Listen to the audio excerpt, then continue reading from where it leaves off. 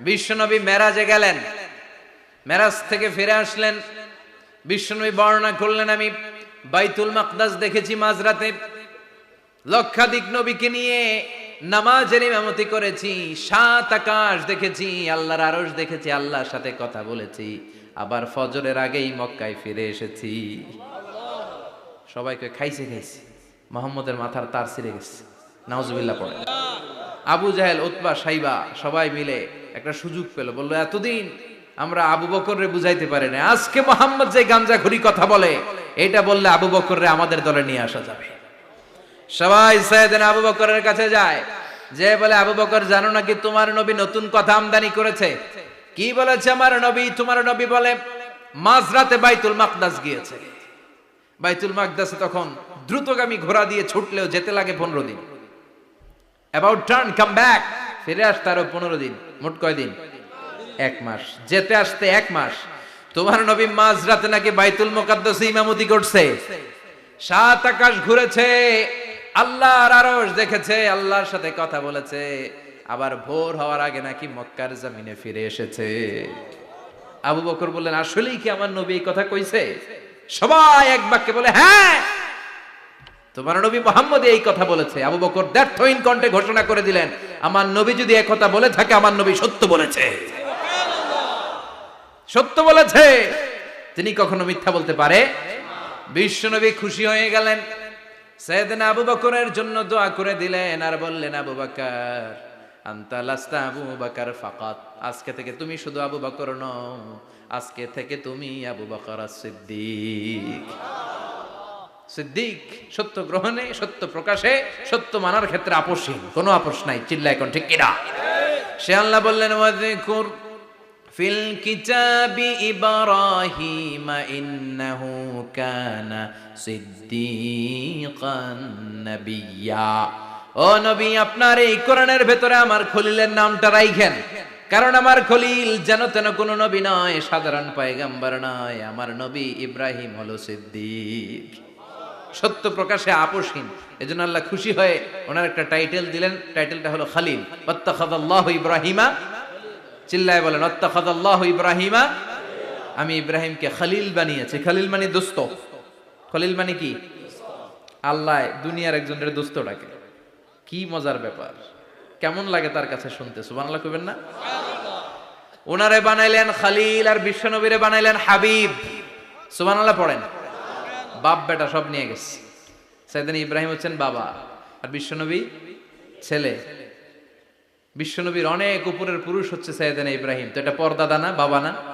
বিশ্বনবী বলতেন, আনা দাওয়াতু আবি ইব্রাহিম, আমি নবীরে পেয়ে নাসানাসি করো, আমি তো ইব্রাহিম আলাইহিস সালামের দোয়ার ফসল। উনি যদি মক্কায় দাঁড়িয়ে দোয়া না করতেন, আমার বিশ্বনবীর জন্ম হতো না। সুবহানাল্লাহ পড়েন। এজন্য বাবা হলো খলিল, ছেলে হলো হাবিব।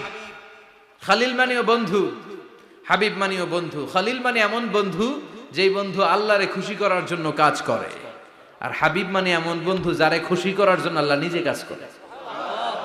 কার পাওয়ার বেশি? হাবিবের কয়েক ডিগ্রি বেশি। সুবহানাল্লাহ পড়েন। তার মানে বাপ বেটা, বাবা হলো খলিল, ছেলে হলো হাবিব। এই বাপ বেটার মধ্যে অনেক বিষয়ে মিল আছে না নাই? হাদিস কোরআনে খুঁজলে আপনি অনেকগুলো মিল পাবেন। আজকে 7টা মিলের কথা শোনাবো। সাইয়েদনা ইব্রাহিম আলাইহিস সালাম আর বিশ্বনবীর মাঝে 7টা মিল খুঁজে পাওয়া যায়। চিৎকার করে বলেন কয়টা? শুনবেন? কষ্ট হচ্ছে? ঘুমে ধরছে? রাত তো অনেক হয়ে গেল, সর্বনাশ, 11টা। হ্যাঁ শুনবেন? কতক্ষণ? সারা রাত? তাকবীর পড়া যাবে? হ্যাঁ জোরে না আস্তে? ভাগাভাগি করে দেন। শুরুতে বিবাহিতরা দেন, তারপর অবিবাহিতরা দেন, তারপর সবাই দেন। দিবেন? বিবাহিত কারা কারা আসছেন দেখি? ঘটনা নাকি? অবিবাহিত নাই এলাকায়? হ্যাঁ কম, মাশাআল্লাহ, তো বরকতের এলাকা। আলহামদুলিল্লাহ। দেখি অবিবাহিত কারা কারা আসছে? ওমা, এগুলা এলো কই থেকে আবার? 2 হাত করে তুলছে না? 1 হাত, 1 হাত। ঠিক আছে, মাশাআল্লাহ। শুরুতে বিবাহিতরা দেন, এরপর অবিবাহিতরা দিয়েন। শুরুতে বিবাহিতরা রেডি হন। আমি লিল্লাহি তাকবীর বললে আল্লাহু আকবার। গলা ধার দিতেছে অনেকে। বিবাহিতরা রেডি? দেখবো কাদের পারফরমেন্স কেমন হয়। বিবাহিতরা পড়েন লিল্লাহি তাকবীর। অনেক আওয়াজ, সংখ্যায় বেশি এরা। এবার অবিবাহিতদের পালা। হ্যাঁ, অবিবাহিতরা রেডি? দেখি কি অবস্থা। এবার অবিবাহিতরা দাও লিল্লাহি তাকবীর। মিলে তিনটা পড়েন লিল্লাহি তাকবীর, লিল্লাহি তাকবীর, লিল্লাহি তাকবীর। ঘুমটুম আছে না গেছে? বাপ বেটার মধ্যে কয়টা মিল? চিল্লায় বলতে হবে কয়টা? এক নাম্বার মিল হচ্ছে ফেস কাটিং এ মিল। সুবহানাল্লাহ। সাইয়েদনা ইব্রাহিম আর বিশ্বনবী চেহারা একরকম। বিশ্বনবী যখন মেরাজ রজনীতে আকাশে গেলেন, এক এক আসমানে এক এক নবীর সাথে দেখা, এক আসমানে সাইয়েদনা ইব্রাহিমের সাথে দেখা। মেরাজ শেষ করে যখন সাহাবীদের কাছে বর্ণনা করছেন কোন নবীর চেহারা দেখতে কিরকম, বিশ্বনবী বললেন আম্মা ইব্রাহিম, বুখারীর বর্ণনা, আম্মা ইব্রাহিম ফানজুরু ইলা সাহিবিকুম।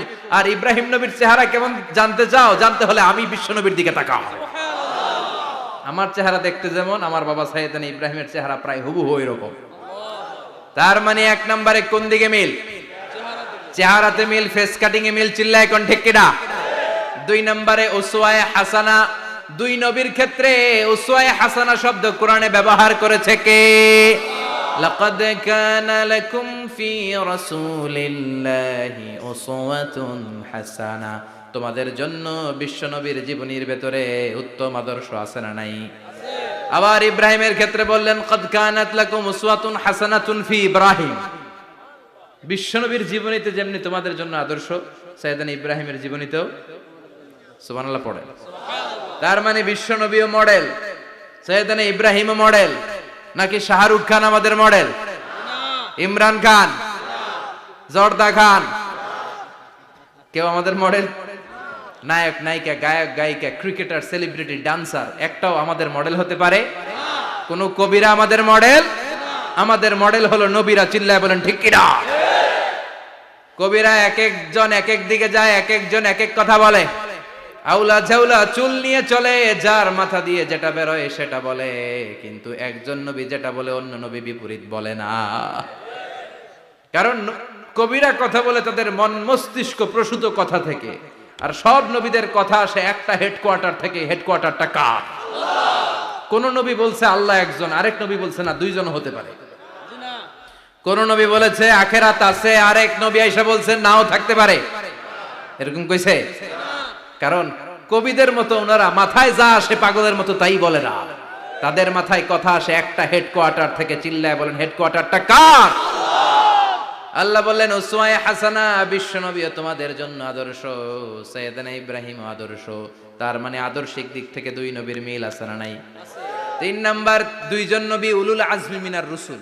এই পৃথিবীতে পাঁচজন নবীকে আল্লাহ শ্রেষ্ঠ নবী বলেছেন। নূহ আলাইহিস সালাম, ইব্রাহিম আলাইহিস সালাম, মূসা আলাইহিস সালাম, ঈসা আলাইহিস সালাম, বিশ্বনবী মুহাম্মদ রাসূলুল্লাহ সাল্লাল্লাহু আলাইহি ওয়াসাল্লাম। এই পাঁচজনের ভিতরে বাপ বেটা আছে না নাই? কথা কর। চার নাম্বার মিল হলো বাপ বেটা দুইজনই কাবা বানিয়েছে। আল্লাহু আকবার। সাইয়েদনা ইব্রাহিম বানিয়েছে বয়স্ক অবস্থায়, বিশ্বনবী বানিয়েছেন শৈশবকালে। পড়েন সুবহানাল্লাহ। বিশ্বনবীর বয়স মাত্র 10 বছর। কয় বছর? 10 বছর বয়স আমরা লুঙ্গিও পড়তাম না। কথা কন। ছোট বাচ্চারা অনেক সময় এই বয়সে লুঙ্গি খুলে ফেলায় না? গরমকাল আসলে লুঙ্গিগুলা সব খালের সামনে থুইয়া ডুবায়, চোখগুলা লাল করে আর করে বাইরে। আছে না নাই? কিন্তু বিশ্বনবী লুঙ্গি খোলেন না, লুঙ্গি পড়ে থাকে। কাবা ঘর নির্মাণের কাজ শুরু হলো, বিশ্বনবী পাথর টানতে শুরু করলেন। বিশ্বনবীর বয়সের 8-10 বছরের ছোট বাচ্চারা সবগুলা লুঙ্গি খুলে কাঁধে লইছে। সব বাচ্চারা লুঙ্গি খুলে কাঁধে নিয়েছে, আর ওই কাঁধের লুঙ্গির উপরে পাথর নিয়েছে যাতে ব্যথা না পায়। বুদ্ধি আছে। লুঙ্গি খুলে কাঁধে রেখেছে, কাঁধের উপরে পাথর রেখেছে। কিন্তু বিশ্বনবী, সবাই পাথর টানে একটা, বিশ্বনবী টানে দুইটা, কিন্তু বিশ্বনবী লুঙ্গি খোলে না। কি নবী ছিলেন, কি লাজুক ছিলেন। এখন আমাদের মধ্যে লাজুকতা নাই। বাবা ছেলে মেয়ে সব মিলে একসাথে হিন্দি সিরিয়াল দেখে, এরকম ফ্যামিলিও আছে না নাই? লাজুকতা হারাতে বসেছি। আল হায়াউ শু'বাতুম মিনাল ঈমান। লাজুকতা ঈমানের অঙ্গ। ইযা লাম তাস্তাহি ফাসনা মা শি'তা। যখন তোমার লজ্জা থাকবে না, তোর যা মন চায় তুই তাই করতে পারবি। লাজুকতা আমরা হারাতে বসেছি, কোনো ক্ষেত্রে আমাদের লাজুকতা নাই। বিশ্বনবী এত লাজুক ছিলেন, হালিমাতুস সাদিয়া বলে 5 বছর কুরাইশি মুহাম্মদকে আমি লালন পালন করলাম, একদিনও কাঁদতে দেখি নাই। ক্ষুধা লাগলেও কাঁদে না, ব্যথা পেলেও কাঁদে না, শুধু লজ্জাস্থানের জায়গা থেকে কাপড় সরে গেলে মুহাম্মদ চিৎকার দিয়ে ওঠে। কি লাজুক ছিলেন বিশ্বনবী। পাথর টানে কিন্তু লুঙ্গি খোলে না। আশেপাশের বন্ধু বান্ধব সব লুঙ্গি খুলে টানতেছে। চাচা আবু তালেব দৃশ্যটা দেখলেন, কিরে সবাই লুঙ্গি খোলা, এটা লুঙ্গি ছাড়া কেন? এটার গায়ে তো লুঙ্গি আছে। বিশ্বনবী ডেকে বললেন, মুহাম্মদ লুঙ্গি খোলো। কি খোলো? সবাই খুলছে, তুমিও খোলো। তুমি কাঁধে ব্যথা পাবে, কাঁধে লুঙ্গি রেখে পাথর টানো। বিশ্বনবী বললেন, না আমি ব্যথা পাই না, আমি লুঙ্গি খুলবো না। চাচা বলল, আরে ছোট মানুষ, সমস্যা নাই, খোলো। গোছা ধরে টান দিবে, টান দেওয়ার আগে বিশ্বনবী বেহুশ হয়ে জমিনে পড়ে যায়। লুঙ্গি খোলা আর হয় নাই। বিশ্বনবীর লজ্জাস্থানও কেউ দেখে নাই। আল্লাহু আকবার। তার মানে কাবা ঘর নির্মাণের দিক থেকে বাপ বেটার মধ্যে মিল আছে না নাই? সাইয়েদনা ইব্রাহিম কাবা বানালেন বয়স্ক অবস্থায়, বিশ্বনবী বানালেন শৈশবকালে। পড়েন সুবহানাল্লাহ। এরপর 6 নম্বরে মিল হলো, বাপ বেটা দুইজনেই ইসলামের কারণে, কোরআনের দাওয়াত দেওয়ার কারণে ঘর ছাড়া হয়েছে। সাইয়েদনা ইব্রাহিমও ঘর ছাড়া, বিশ্বনবী ঘর ছাড়া হলেন, মক্কা থেকে গেলেন মদিনায়। কিন্তু সাইয়েদনা ইব্রাহিমের ঘর ছাড়াটা এত সহজ না। উনি জন্মেছিলেন ইরাকের। ইনশাআল্লাহ পড়েন। এজন্য বাপ বেটার 6 নাম্বার মিল, বাপ বেটা দুজনই ঘর ছাড়া, বাপ বেটা দুইজনই জন্মস্থান ছাড়া। বিশ্বনবী মক্কা থেকে মদিনায়, আর সাইয়েদনা ইব্রাহিম নিজ এলাকা বাবেল থেকে গোটা বিশ্বের আনাচে কানাচে। চিল্লায় বলেন ঠিক কিনা? 6 নাম্বার মিল, বিশ্বনবী বললেন, ইন্নী হারামতুল মদিনা কামা হারামা ইব্রাহিম মক্কা। আমি মদিনাকে হারাম ঘোষণা করেছি যেমনি সাইয়েদনা ইব্রাহিম মক্কারে হারাম ঘোষণা করেছে। আপনারা যারা হজ উমরা করেছেন তারা জানবেন, মক্কা মদিনার চারিদিকে একটা বাউন্ডারি আছে, এটার বলে হুদুদুল হারাম। পিলার আছে, ওই পিলারে লেখা হুদুদুল হারাম। কি লেখা? এইখানে মারামারি, ঘুষাঘুষি, কিলাকিলি সব হারাম। খুন করেও যদি, সৌদিতে খুন হয় না, কথা কয় না? সৌদি আরবে ধর্ষণ হয় না, হয়তো কম হয়, খুন হয় না, হয়। কোন খুনিও যদি এই হুদুদুল হারামের ভিতরে ঢুকে, পুলিশ ওরে মারতে পারবে না। ওরে ভুলায় ভালায় ফুসলায় বাইরে নিয়ে মাইর। হুদুদুল হারামের বাইরে নিয়ে মাইর, ভিতরে মারামারি করা যাবে? তো এই যে হুদুদুল হারামের বাউন্ডারিটা, মদিনারটা দিয়েছেন, ঠিক করে দিয়েছেন বিশ্বনবী, আর মক্কারটা দিয়েছেন সাইয়েদনা ইব্রাহিম। বাপ বেটা মিল আছে না নাই? এরপরে বাপ বেটার মধ্যে 7 নম্বরে মিল হলো, বাপ বেটার একজন হলো সব নবীদের নেতা, আর একজন হলো সব নবীদের পিতা। একজন সব নবীদের নেতা বিশ্বনবী, ঠিক কিনা? আরেকজন সব নবীদের পিতা সাইয়েদনা। এই জন্য আমরা যখন শেষ বৈঠকে নামাজের শেষ বৈঠকে যখন সালাম ফেরার জন্য প্রস্তুতি নেই, তার আগে বাপ বেটা দুইজনের উপরে সালাম আছে না নাই? একটা দুরুদ আছে না নাই? দুরুদের নাম দুরুদে আল্লাহুম্মা সাল্লি আলা মুহাম্মদ ওয়া আলা আলি মুহাম্মদ কামা সাল্লাইতা আলা ইব্রাহিম ওয়া আলা আলি ইব্রাহিম ইন্নাকা হামিদুম মাজিদ। আল্লাহ সাইয়েদনা ইব্রাহিম ও তার বংশের উপর যেমনি রহমত প্রেরণ করেছেন, বিশ্বনবী ও তার বংশের উপর রহমত নাজিল করে। আল্লাহুম্মা বারিক আলা মুহাম্মদ ওয়া আলা আলি মুহাম্মদ কামা বারাকতা আলা ইব্রাহিম ওয়া আলা আলি ইব্রাহিম ইন্নাকা হামিদুম মাজিদ। ও আল্লাহ, সাইয়েদনা ইব্রাহিমের বংশের উপর এবং তার উপর যেমনি বরকত নাজিল করেছেন, বিশ্বনবী ও তার বংশের উপর তেমনি বরকত নাজিল করে। দেখেন, দুইজনের কথাই আছে, বিশ্বনবীর কথাও আছে, সাইয়েদনা ইব্রাহিমের কথাও আছে। এই 7টা দিক থেকে বাপ বেটার মধ্যে মিল রেখেছে কে? আর আল্লাহ বললেন, এই ফ্যামিলিতে আমি কিতাবও দিয়েছি, নবুয়তও দিয়েছি। ওয়াজআলনা ফি যুররিয়াতিহিন নুবুওয়াতা ওয়াল কিতাব। সাইয়েদনা ইব্রাহিমের ফ্যামিলির ভেতরে আমি নবুয়ত দিয়েছি, কিতাব দিয়েছি। এই পৃথিবীতে যত নবীর নাম আপনি বলবেন, সবগুলো সাইয়েদনা ইব্রাহিমের নাতিপুতি। লক্ষাধিক নবী পৃথিবীতে, 5-7 জন ছাড়া। কজন ছাড়া? উপরের 5-7 জন ছাড়া যত নবী আপনি নাম বলতে পারবেন, যাদের নাম জানি কিংবা জানি না, সব সাইয়েদনা ইব্রাহিমের বংশধর, ওনার নাতিপুতি।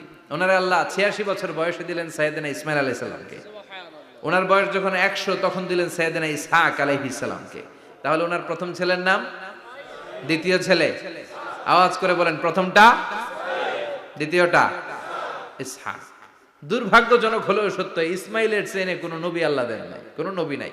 সব নবী এই চেনে হাজার হাজার লক্ষাধিক নবী খালি ইসহাকের বংশে নাম, এই বংশে কোনো নবী নাই।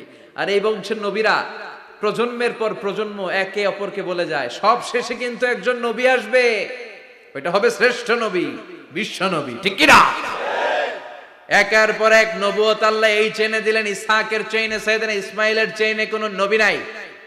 এত নবী এখানে এসেছে, এরা ভেবেই নিয়েছে ওই যে শেষ নবী যেটা শ্রেষ্ঠ নবী এটাও এখানেই আসবে।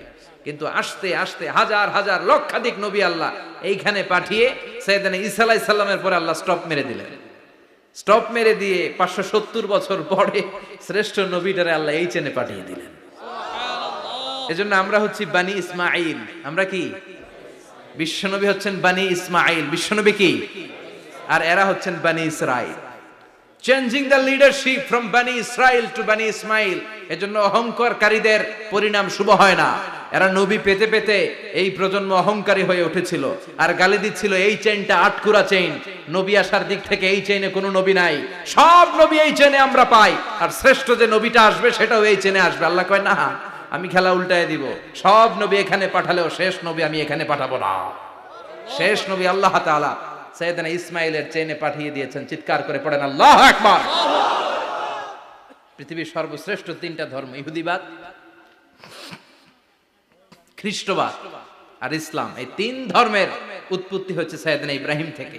এজন্য এই তিনটা ধর্মকে একসাথে বলে আব্রাহামেটিক ফেইথ, কম্পারেটিভ রিলিজিয়ন। তুলনামূলক ধর্মতত্ত্ব নিয়ে যাদের পড়াশোনা আছে তারা জানবেন এই তিনটা ধর্মই আল্লাহর দেয়া। কিন্তু ইহুদিবাদ আর খ্রিস্টবাদ আল্লাহর দেয়া শরীয়তের উপর চলতে পারে নাই, শুধু চলতে পেরেছে ইসলাম। চিল্লা এখন ঠিক কিনা? এই জন্য প্রতি নামাজে আমরা বলি গায়রিল মাগদুবি আলাইহিম ওয়ালাদ-দাল্লিন। ও আল্লাহ, যারা মাগদুব মানে ইহুদিরা, তাদের পথে আমরা হাঁটতে চাই না। আবার যারা দল্লিন পথভ্রষ্ট খ্রিস্টানদের পথেও আমরা হাঁটতে চাই না। আমরা হাঁটতে চাই ইসলামের পথে, ঠিক কিনা? আমরা যদি হাঁটতে যেয়ে পথ ভুলে যাই, পথ দেখিয়ে দেয় কে? আমি যদি কোনোদিন পথ ভুলে যাই, হাতছানি দিয়ে কাছে নিও, মমতার বন্ধনে আমায় বেঁধে সব ভুল ক্ষমা করে দিও। চিল্লায় পড়েন আমিন। আল্লাহ বললেন ওয়াজআলনা ফি যুররিয়াতিহিন নুবুওয়াতা ওয়াল কিতাব। আমি সাইয়েদনা ইব্রাহিমের বংশের মধ্যে নবুয়ত দিয়েছি, কিতাবও দিয়েছি। সাইয়েদনা ইব্রাহিম আলাইহিস সালামের উপর কিতাব আছে না নাই? কি নাম কিতাবের? সুহুফ ইব্রাহিম। কোরআনে নাই? আছে না নাই? ইন্না হাযা লাফিস সুহুফিল উলা সুহুফি ইব্রাহিম ওয়া মূসা। সুবহানাল্লাহ পড়েন। অনেক আল্লাহ কিতাব দিয়েছে, নবুয়ত দিয়েছে, সব নবীদের বাবা বানিয়েছে। ওনার উপাধি হচ্ছে আবুল আম্বিয়া। আবার ওনার নামে আল্লাহর কোরআনের ভেতরে 114 সূরার একটা সূরা আছে না নাই? সূরাটার নাম সবাই কোন? আলিফ লাম রা। কিতাবুন আনজালনাহু ইলাইকা লিতুখরিজান নাসা মিনাজ যুলুমাতি ইলান নূর। সুবহানাল্লাহ পড়েন। সূরা ইব্রাহিম, আলিফ লাম রা, কিতাবুন আনজালনাহু ইলাইকা। ওই নবীর নামে কোরআনের ভিতরে সূরা দিয়েছে কে? আল্লাহ। আবার আল্লাহ বললেন, গোলাম জেনে রাখো, উনি তোমাদেরকে মুসলমান নামকরণ করেছেন। তাই ইসলামে যারা অন্তর্ভুক্ত হবে সব মুসলমানদের পিতা আমি আল্লাহ তারা নির্বাচিত করেছি। মিল্লাতা আবিকুম ইব্রাহিম হুয়া সাম্মাকুমুল মুসলিমিন। আওয়াজ করে বলেন, মুসলিম জাতির পিতার নাম কি? আমাদের জাতির পিতা কেডা? সবাই কোন? মনে থাকবে না ভুল করবেন? ভুল করবেন? জাতির পিতা কে? চিল্লায় বলেন, জাতির পিতা কে? মিল্লাতা আবিকুম ইব্রাহিম হুয়া সাম্মাকুমুল মুসলিমিন, যিনি তোমাদেরকে মুসলমান বলে অভিহিত করেছে। আবার আল্লাহ বললেন, ইব্রাহিম সবাইরে তুমি মুসলমান নাম রাখলে, তুমি মুসলমান হও। আসলিম ক্বালা আসলামতু লিরাব্বিল আলামিন, বলতে দেরি, কালিমা পড়ে মুসলমান হতে দেরি নাই। চিল্লায় পড়েন আল্লাহু আকবার। আবার আল্লাহ বলে, আমার নবী ইব্রাহিম এমন নবী, এই নবীর মতো বিনয়ী নবী নাই। ইন্না ইব্রাহিম লাহালিমুন আওয়াহুম মুনীব।